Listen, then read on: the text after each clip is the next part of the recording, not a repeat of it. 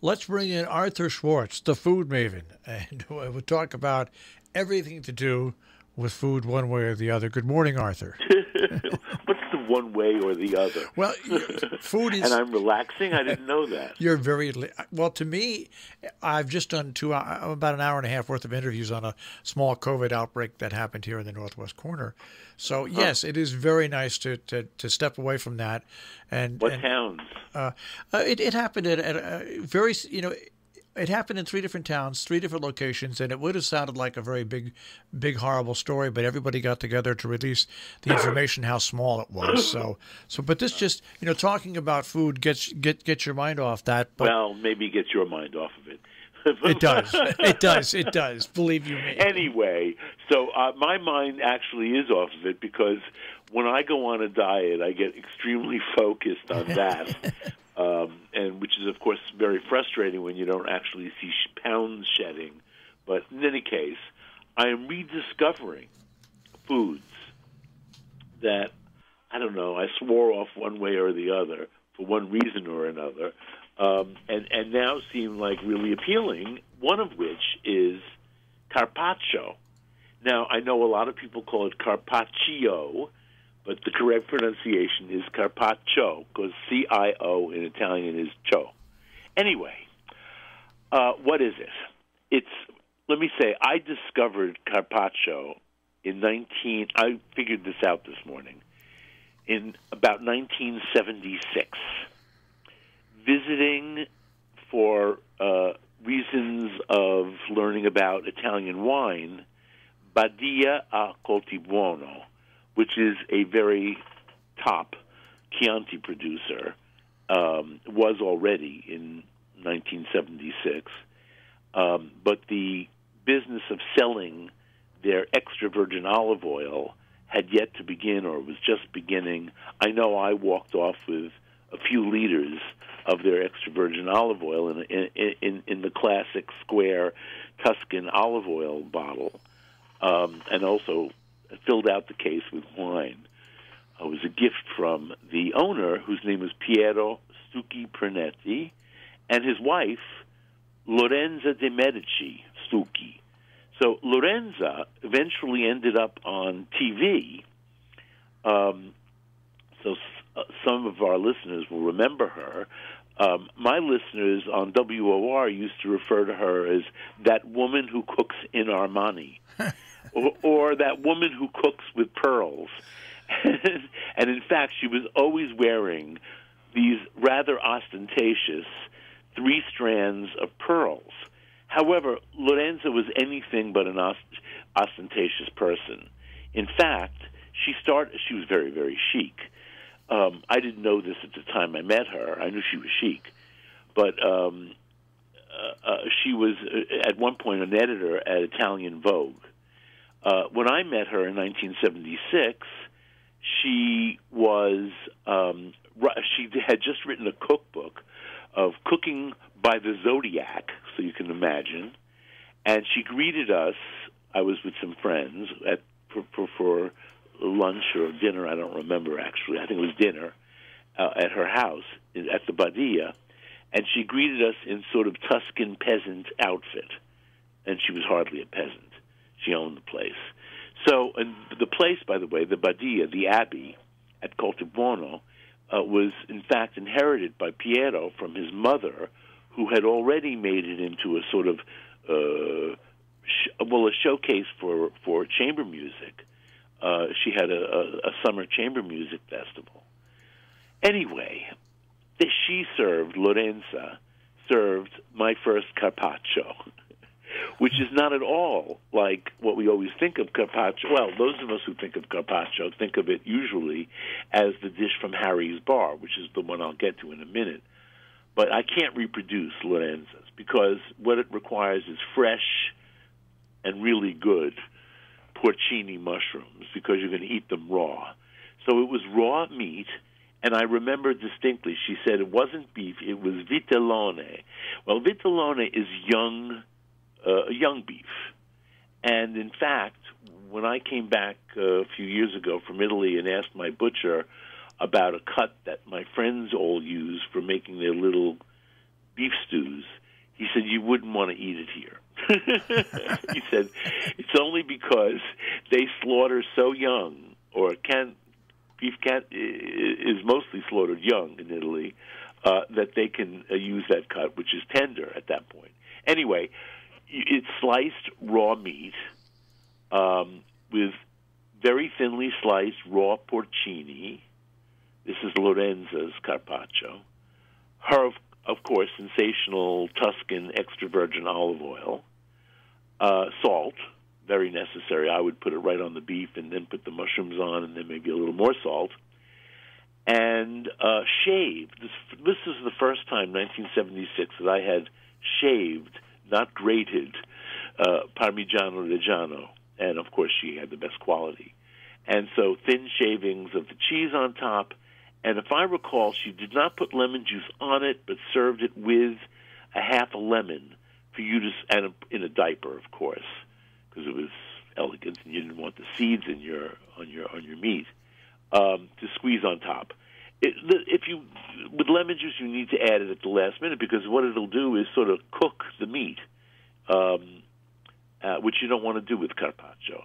The other thing is, speaking of cooking the meat with lemon juice, is I do very thinly sliced salmon with extra virgin olive oil, a lemon juice, some hot pepper, or if you like, black pepper instead, and salt. And in that case, the lemon juice, you may want to leave the lemon juice on for 10 minutes before you start eating the salmon. Otherwise, it really is totally raw salmon. If you like totally raw salmon, just dressed with oil and lemon, then go ahead. So that was my first Carpaccio. But a couple of years later, and I'm trying to figure this out, I think it was just 2 years later, 1978, I finally got to eat the Carpaccio that is made Carpaccio famous, which is invented at Harry's Bar in Venice in 1950 by the original Giuseppe Cipriani, not the current Giuseppe, who was, I think, the grandson. I got to meet the original Giuseppe Cipriani, who opened the original Harry's Bar, because in 1978, I was in Italy and stayed to treat myself at the Cipriani Hotel in Venice, which is on, I forget the name of the island. It's on an island. And to get to the island, to the Cipriani Hotel, you had to take a little boat. Wasn't a ferry. It was just a little boat, a little motorboat kind of. Their own little shuttle from the hotel. It would have been very romantic if it was a gondola, but it wasn't a gondola. There were plenty of gondolas, though, parked on the main square, the St. Mark's Square side of the lagoon. Anyway, I got to meet Harry. Well, he was called Harry, but his name was not Harry. The bar is actually named for. It's a long story. I guess I could tell it, but basically, it was this man named an Englishman who used to get drunk at Harry's Bar, and not a Harry's Bar, but a hotel bar in Venice, and Giuseppe was the bartender, and the man. Family took away his allowance because they didn't want him to drink and spend it, unwisely, let's say. And to make a long story short, Giuseppe helped this man out, and years later the man came back, not only with the money that Harry had lent him, but also a dividend. Here's some money, let's open a bar, and we'll call it Harry's Bar after myself. And that's how Harry's Bar started, and the whole Cipriani Empire started. I don't know what's with the Cipriani Empire these days. The last I heard about them, they got away with huge tax fraud here in New York. But that's all I can remember. But I do remember old man Cipriani being really nice to me. He saw me hanging around the hotel. I was on this little launch that went back and forth. I don't know what age he was. I know he died in 1980, so this was soon before he died. And his children and grandchildren took over. But I think he was in his 80s by then. Excuse me. So he invented at his bar, they served food, the Carpaccio that we know today as the original Carpaccio, which is raw meat, raw beef or vitellone, whatever you can get. You won't get vitellone in the States. That's not that I know of. And a mayonnaise dressing, which is drizzled over the top of the meat. The mayonnaise, I recall, being quite yellow.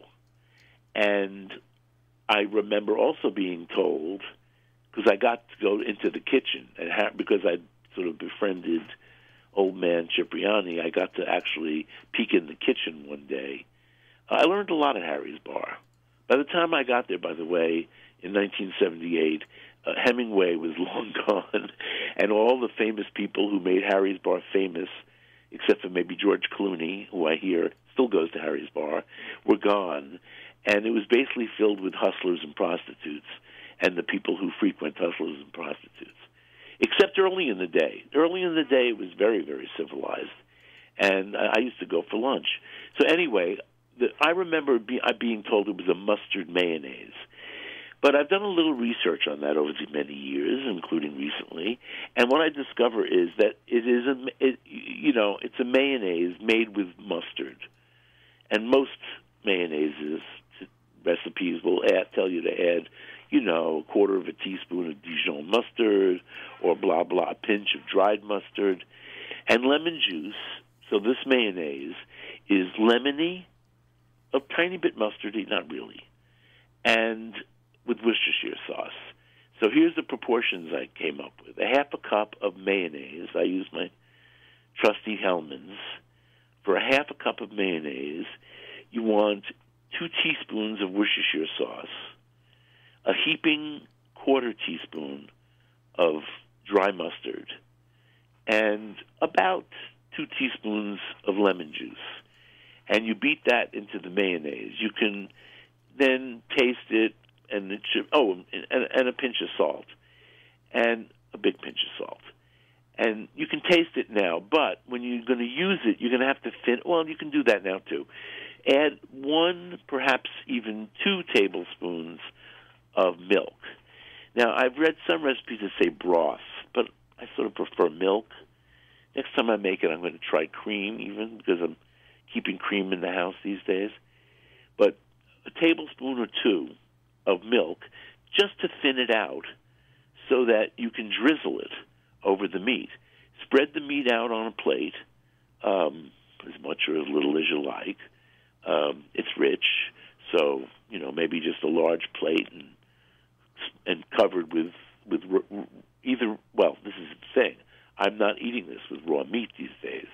I'm eating it with the really terrific rare roast beef that my butcher makes. Not every day. I only buy it on the days when the roast is made that morning, and it's really bloody red, rare roast beef from a round. If he makes an eye round, I don't take it, but a real round, I'll take it, and eat it this way, drizzled with this delicious mayonnaise. However, and by the way, the form of the Carpaccio is important. The original is a grid of mayonnaise, squiggly lines one way and perpendicular the other way, and of course you could put the peppermill on the table. I always think that's a good idea, even a little more salt if you like. And it's good on, as I say, rare roast beef. You can embellish this by putting on a few leaves of arugula or watercress, or even that small leafed lettuce that you buy is in a box called Spring Mix. And you've got a really, if you want to add some greens, The mayonnaise, by the way, is good for other things as well, because I had leftover mayonnaise and decided to eat it with some fancy tuna fish, but I didn't mix it in. I eat the fancy tuna fish and use the mayonnaise as a sauce for it. You know, this is where I am. You know, when you talk about Harry's, though, it's funny. They're closing, and it's not only COVID. A lot of restaurants in New York are closing because the leases are going so high. Well, I'm not even sure where. There's more than one Cipriani place these days, but the Harry's bar was in the. It was on the tip of my tongue. It's on the corner of 57th Street and Fifth Avenue. The Cherry Netherlands was in the Cherry Netherlands Hotel. By the way, this is a restaurant that I cannot go to, even if it was open, because one of the most memorable things about Harry's is how low the tables were and how low the chairs around those tables were, how totally uncomfortable a place it was to eat. I mean, to drink, okay, but I can't get out of a chair that's that low anymore. I need a hand. Or I see on television they're advertising this gizmo to help people out of their chairs, which is really horrifying. Oh, gosh. You know, it's interesting that you talked about the raw meat, because I very late in my life was introduced to the ability to eat raw meat, and you know what? Once I tried it, I loved it. I love raw meat. So, but I must say, making beef carpaccio is a little bit of a deal, because I don't know, not everybody has an accommodating butcher like I have, but you could ask your butcher to slice some filet or some other very tender, filet would be the best, on the machine. To slice it at home and get it thin enough is, I found, not possible, and I have good knife skills. So you end up pounding it out, which is not a terrible thing to do. It's just a little bit more work than putting sliced rare roast beef on the plate and drizzling it with mayonnaise. You know, I was the perfect keto lunch. Yeah. I was introduced to steak tartare when Stan Gurrell and Ira Levy bought the radio station. They had a party, and they had somebody come out with a plate, a silver tray, and it was these little things of steak tartare. And I remember I was standing there with Ron Lyon. We were both men of considerable girth, and we each took like about 7 of these little things on toast. We took them, and we took them back in the kitchen and asked them to cook it. And now, well, so wait a minute. I have to add this, okay? Because this is for real. Sort of cooked carpaccio, except it's called stracchetti, which means rags. Because if you barely cook this very, very thinly sliced meat, it looks like a bunch of rags on the plate. Yeah, and I cook mine in olive oil that I have infused by putting it over low heat with garlic and rosemary. So, and then I could, of course, pour the oil on top of the barely cooked. I mean, literally, you put it in the hot, you turn up the heat with the oil and stuff in it, and you just basically turn the meat over in it, and then that's it. You know, Your friend would like that. Yeah, Jill introduced me to the carpaccio, what you're talking about, and I at first I looked at it and it looked like it was more work, but it really was very, very, very good. I enjoy it. Yeah, I like raw. I mean, I always snitch a bit of raw hamburger. You know, if I bring it home directly from the butcher, I know he just chopped it for me, safe to eat raw, and I'll take a bit and put a little salt on it. I mean, you just inspired me. I need to make some tartare. But truthfully, I like there's a restaurant here in Park Slope that makes sensational steak tartare, all with hand-minced meat, which is the right way to do it. However, and they are doing takeout, and they have tables out on the street I saw. But they don't have, I looked up the menu online, and they don't have the tartare for this COVID menu. it's a limited menu. I understand that. You can't invest in a lot of ingredients if you have 25% of your business. Yeah, the Woodland restaurant here makes a great steak tartare in Lakeville. Oh. And they make a great steak. Not that I've been there since this whole thing happened, but their steak tartare is real good. Is real good.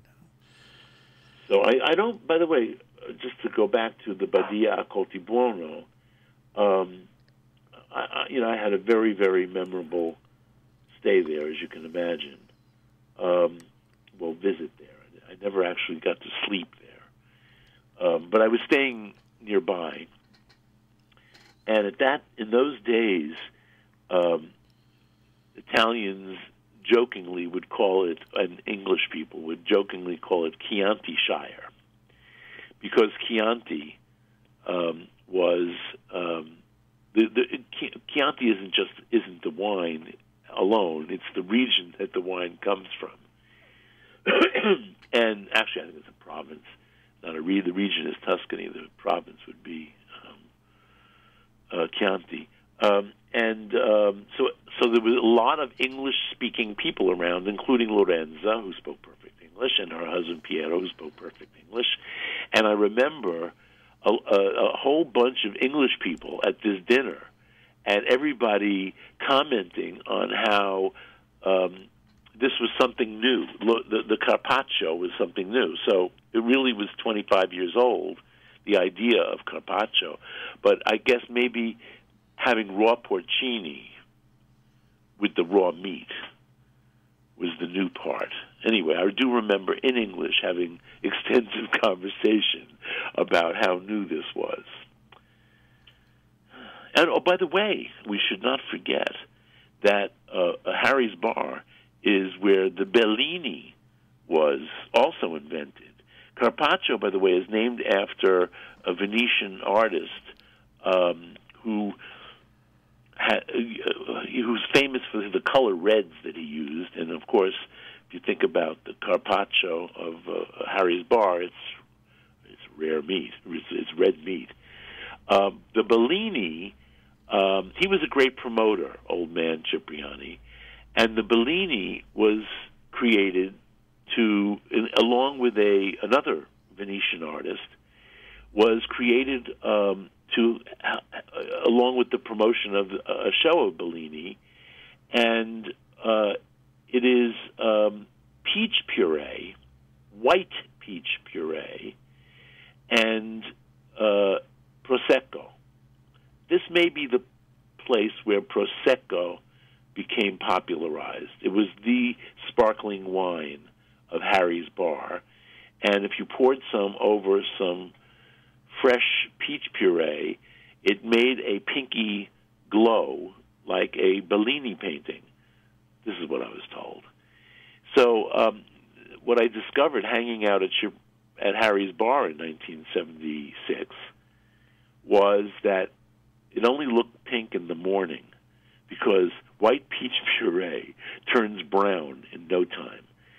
Even if you put a couple of drops of lemon juice in to help maintain the color, it still oxidizes over the course of the day. So if you came in for the aperitivo hour at 5 o'clock, you got a brown Bellini. If you came in at lunchtime, you got a pink Bellini. I like that, though. You got to. Why not? These are just my memories. Yeah, I mean, it got me started with the Carpaccio the other day when I made this mayonnaise. Want to hear something stupid I really did this weekend? I got fresh big shrimp from Le Bon's. Okay, I wanted a shrimp cocktail. Okay, so I got 6 of them. Okay. And they were great, deveined. They're beautiful. And I put them on ice, so they're nice and cold. And I had a container of horseradish of cocktail sauce that I made up. And I bought these out, and I put them on the plate. And I bring my container of horseradish out. All right, and I open it up, and I dip it in, and I taste it, and I taste the shrimp. And I said, "Man, this tastes like smoked Italian." What it was, I brought out marinara sauce that I had made instead. And I'll tell you what. Well, that could be good, though. No, cold shrimp. You heat up the marinara. Well, you have to heat it up. Cold shrimp and cold marinara sauce was not a good experience. No. It wasn't that stupid. I could see doing that myself. By the way, I have been exploring. I mean, there's so many different shrimp out there. And now that I'm back to eating shrimp, which I was trying to remember the other day, and I did, why I didn't eat shrimp very often for so many years. And cholesterol. Because I went on a diet, probably I'm thinking in my late teens, early 20s, where shrimp was a saucy shrimp cocktail, which we talked about last week and the week before, was a mainstay of my diet. And I got so sick of shrimp on this diet that I swore off shrimp for a long time. Anyway, now I'm back to shrimp, and I've been buying different kinds of shrimp, farm-raised, wild-caught, frozen, fresh, rock shrimp, pink shrimp, gray shrimp. So I'm going to, one of these days soon, I'm going to make a report on shrimp. You should do a shrimp book. That's exactly right. Oh, please, books. Books are over, unless you're on TV. Well, I'm not writing any more books. Well, maybe I have been working on something off and on for a few years, but it's not really a cookbook. And my experiences that I related today will play well into it. Well, so I'm gonna make carpaccio today. I've also been cooking Mexican. I'm going to report on that soon. I've been missing Mexican food because my favorite Mexican restaurant is only open for takeout. I guess I could go take out. But I decided I was going to try my hand at this with the help of my Mexican housekeeper. I'm doing okay. I keep cooking. Well, the only thing I say is I can make my own tamales and I can make my own pizza, but you know what? It's so messy, and so I just won't. I just won't. Well, tamales, yeah. I'm impressed. Yeah, I can make tamales. Yeah, but it took me so many failures. So many tamales died in the process. I feel very, very terrible about it. But after about a year off and on of trying to make 6 or 8 tamales at a time, I finally got it right. Well, good. So one day you'll make me a tamale. I have a tamale lady. She cooks them at home and sells them. Her son delivers. He brings over a shopping bag full. I'm not eating tamales right now, but I must say I've been craving them. Hers, especially the what do you call it? The pepper ones. I'll think of it. Anyway, rajas. Rajas also means rags, by the way, because the cooked peppers look like, I guess, could look like rags. So yeah, I have a tamale lady. And now I have a mole paste lady because Irene's sister-in-law makes her own mole paste, and it's sensational. And I'll find other ladies, or men even. Irene's husband is a genuine chef. However, he doesn't ever want to cook Mexican food. Well, he cooks Italian food. Well, he worked in an Italian restaurant for 20 years. I finally found a tamale lady up here. She supplies tamales and crepes, by the way, for this great little place called The Dig in Millerton, New York. And her tamales are out of this world. So, there. I don't have to make them anymore. Is it warm enough to still eat outdoors? No. By you? I guess so. Not for me, but yeah, people are still eating outdoors. But the restaurants can now go up to 50% capacity. So. Oh, really? Yeah, but bars are closed. And you feel bars are closed, but you feel the restaurants are safe? Ones that are open, or for me, no. I'm overweight. I'm 60. I'm going to be 68, and I have damaged lungs. So no. For me, it's not safe. But I think for other people, then not for me either. Yeah. Oh well. Exactly. Yes, I did get a haircut this week, and my barber has even more severe regulations to follow than she did only a month ago. And now it's not enough to have the chair is separated by plastic. Each chair is surrounded by plastic, and she can only fill every other chair with a barber. And you have to sign in, and it's okay. Yeah, I felt safe. Yeah, we'll get through it. All right, Arthur. All right. Take care. And we'll speak to you next week. Keep cooking. Yep. Take care, buddy. Arthur Schwartz, the Food Maven, here on Robin Hood Radio. You can also find him at robinhoodradio.com on demand. Click on Arthur Schwartz, the Food Maven. Underwriting support for Arthur Schwartz, the Food Maven. John Andrews Restaurant on the Hillsdale Road in South Egremont, 413-528-3467. On the web, jarestaurant.com. Rubiners Cheesemongers and Grocers on Main Street in Great Barrington, 413-528-0488, rubiners.com. Hillsdale Home Chef. More information, 518-325-7000, hgshomechef.com.